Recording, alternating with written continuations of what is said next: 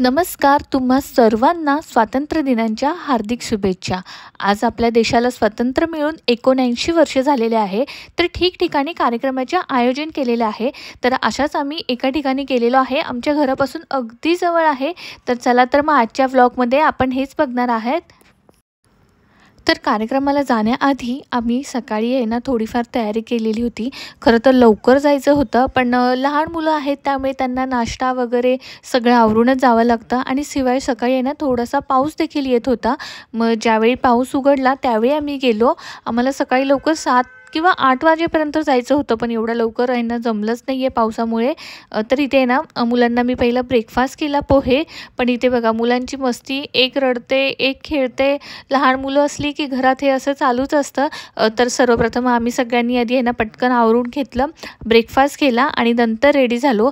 तर मुलांना आहे ना मला आज खूप छान रेडी करायचं होतं. मी बऱ्याच दिवसापासून प्लॅनिंग करत होती की आपण मुलांना छान व्हाईट ड्रेस घालायचा आणि त्यांच्या चेहऱ्यावरती आपला तिरंगा काढायचा होता. तर मी इथे ना जे गंध होते ना, मी शिशाला टीका वगैरे लावते त्यानेच मी हे कलर यूज केलेले आहेत.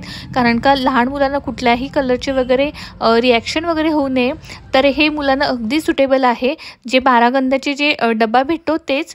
तर इथे मस्तपैकी शिशाने काढून दिलेलं आहे, कारण का तिला टिक्का लावायला किंवा गंध लावायला आहे ना फार आवडतात. स्वरूपला देखील मी काढून घेतलेलं आहे.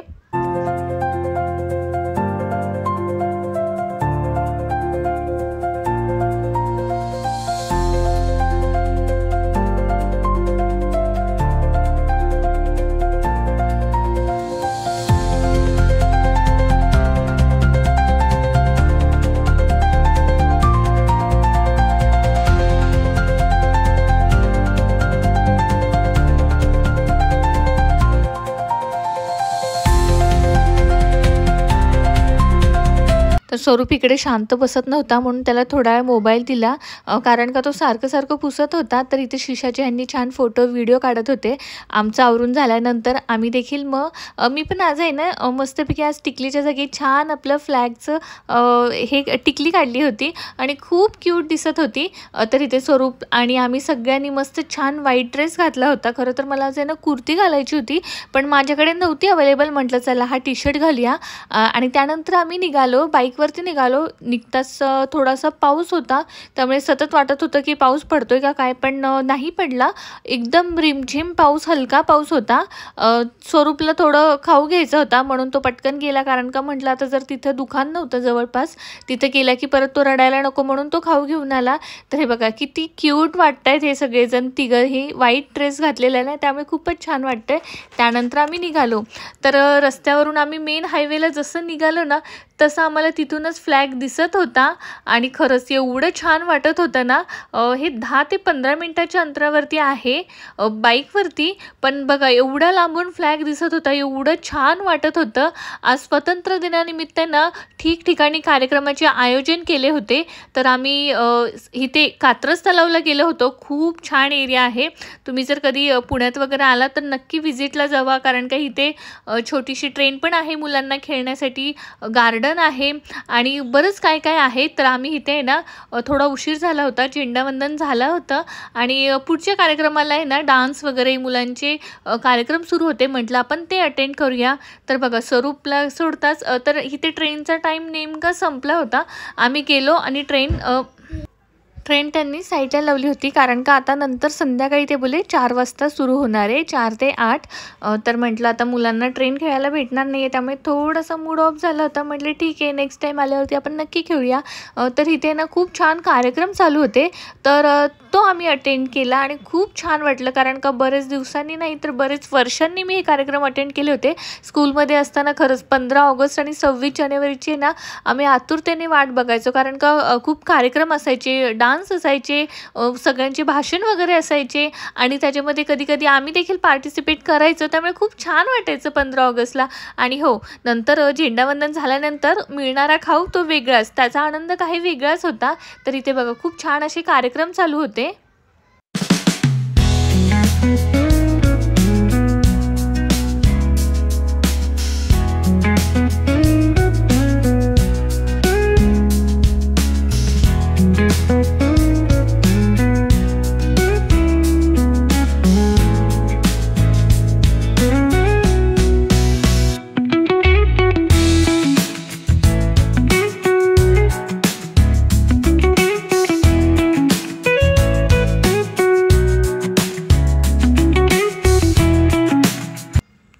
कात्रज तलाव ह्याची संकल्पना आदरणीय वसंत तात्या मोरे यांची होती आणि ते देखील आज तिकडे होते, तर आम्ही त्यांच्याबरोबर ते देखील फोटो आणि व्हिडिओ काढले. त्यांना भेटून खूप छान वाटलं.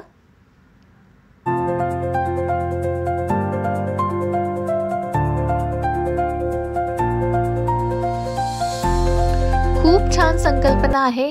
कात्रज तलावमध्ये ट्रेन आहे, मिनी गार्डन आहे आणि बरंच काय काय आहे, कारण का त्यांनी एका ठिकाणी खूप छान छान अशा गोष्टी केलेल्या आहेत. आता इथे बघा समोरच आहे ना विठ्ठलाची मूर्ती आहे, त्यामुळे आहे ना खूप छान वाटतं तिथे गेल्यावरती, एकदम प्रसन्न आणि पॉझिटिव्ह एनर्जी येते. तर इथे आहे ना मुलांचे डान्स झाल्यानंतर आहे ना आम्ही थोडा वेळ तिथे थांबलो, थोडे फोटो व्हिडिओ काढले आणि तिथे ट्रेनचं जे स्टेशन होतं ना तिथे जाऊन मी परत एकदा इन्क्वायरी केली की ट्रेन आता चालू होणार आहे का. पण त्यांनी सांगितलं आता नाही. त्यामुळे थोडंसं परत स्वरूपला हे झालं की मम्मा मला ट्रेनमध्ये बसायचं होतं आणि ट्रेन बंद आहे. आणि हे बघा हे ट्रेनचं स्टेशन आहे. आम्ही नेहमी कात्रज तलावला गेलो ना की आम्ही बसतो, कारण काय इतर ठिकाणी मॉलमध्ये वगैरे गेलो ना की फक्त मुलांना ट्रेनमध्ये बसायला भेटतं, पण इथे सगळे मोठे लहान कोणी बसू शकतात अशी छान ट्रेन आहे. आणि ह्या फ्लॅग बघून बघा एवढं छान वाटत होतं ना. सगळीकडे आहे ना छान लोक मस्तपैकी सगळ्यांनी व्हाईट ड्रेस वेअर केला होता, त्यामुळे खूपच छान वाटत होतं. आणि स्वरूपला आहे ना कुठेही गेला की स्वरूपच्या तिथे फ्रेंड तयार होतो. तर बघा हा त्याचा तो मित्र आहे आणि दोघांनी सेम ड्रेस घातले होते ना, त्यामुळे ना थोडंसं मला कन्फ्युजन झालं होतं. मी त्या मुलाचाच हात पकडून स्वरूप म्हणून त्याला थोडा वेळ घेऊन आली आणि नंतर म्हटलं ते स्वरूप समोर आणि मी कोणाला घेऊन येते. तर पटकन मला असं हे झालं की दोघंही सेम एजचे आणि सेम हाईट आणि सेम ड्रेस घातलेला आहे, त्यामुळे थोडंसं कन्फ्युजन झालं. तर तिथे बघा नंतर आम्ही छान असे फोटो व्हिडिओ काढले.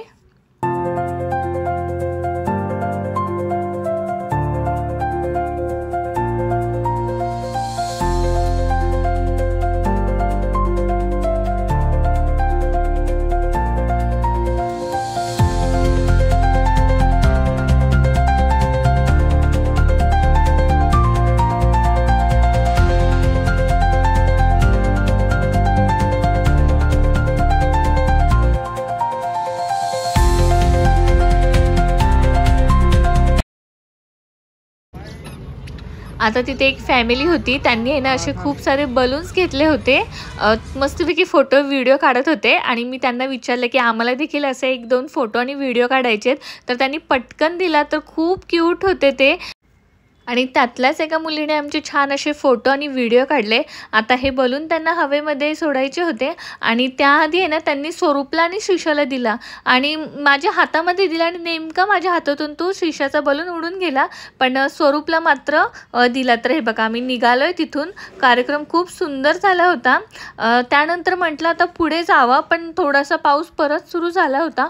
म्हटलं आहे ना पावसामुळे आधीच थोडीशी थंडी होती, मुलं देखील आजारी पडतील ह्याची भीती होती, कारण का जस्ट त्यांचं थंडी ताप आता गेला होता. म्हटलं नको सरळ आपण घरी जावं. तर इथे ना स्वरूपने बलून घेतला होता आणि शिशा बघा कशी खेळते.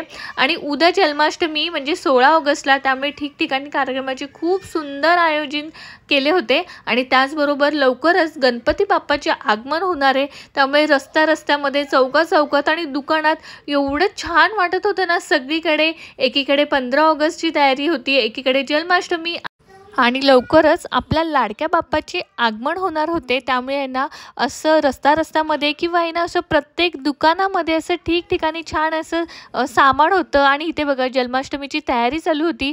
पूर्ण रस्त्यावरती त्यांनी असं छान डेकोरेशन केलं होतं. तर उद्याच्या व्हिडिओमध्ये मी नक्की ते दाखवेलच.